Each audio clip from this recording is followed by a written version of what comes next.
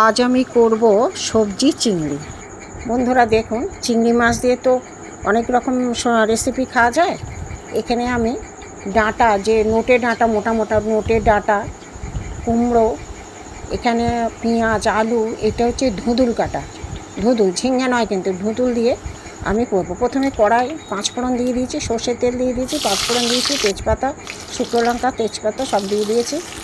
দিয়ে আমি ডাঁটা, কুমড়ো, ধুঁদুল, আলু সব কিছু সবজি দিয়ে খুব ভালো করে ভেজে নেবে। এখানে চিংড়ি মাছও দিয়ে দিলাম, কাঁচা চিংড়ি মাছ আমি তো আর ভাজিনি, আলাদাভাবে এইভাবেই সবজির সাথেই ভাজা হয়ে যাবে। তারপরে আমি অল্প একটু নুন দিয়ে দেবো, হলুদ দেবো, দিয়ে আমি চাপা দিয়ে দেবো। কত জল উঠেছে দেখুন, কত সুন্দর কালার। এবার আমি খুব ভালো করে নাড়বো। আমি কিন্তু একটু জল দিইনি, সবজি থেকে জল উঠেছে। কয়েকটা কাঁচা লঙ্কা, জিরে গুঁড়ো, লঙ্কার গুঁড়ো, আদা গ্রেট করা দিয়ে আমি ভালো করে একটু নেড়ে চেড়ে ভালো করে কষিয়ে নিয়ে আমি একটু চাপা দিয়ে দেবো। আলুটা একটু সেদ্ধ হয়নি, দিয়ে দেবো, মশলা সবে দিলাম, দিয়ে আমি হয়ে গেছে, এবং খুলে দেখবো সেদ্ধ হয়েছে কিনা সবজি।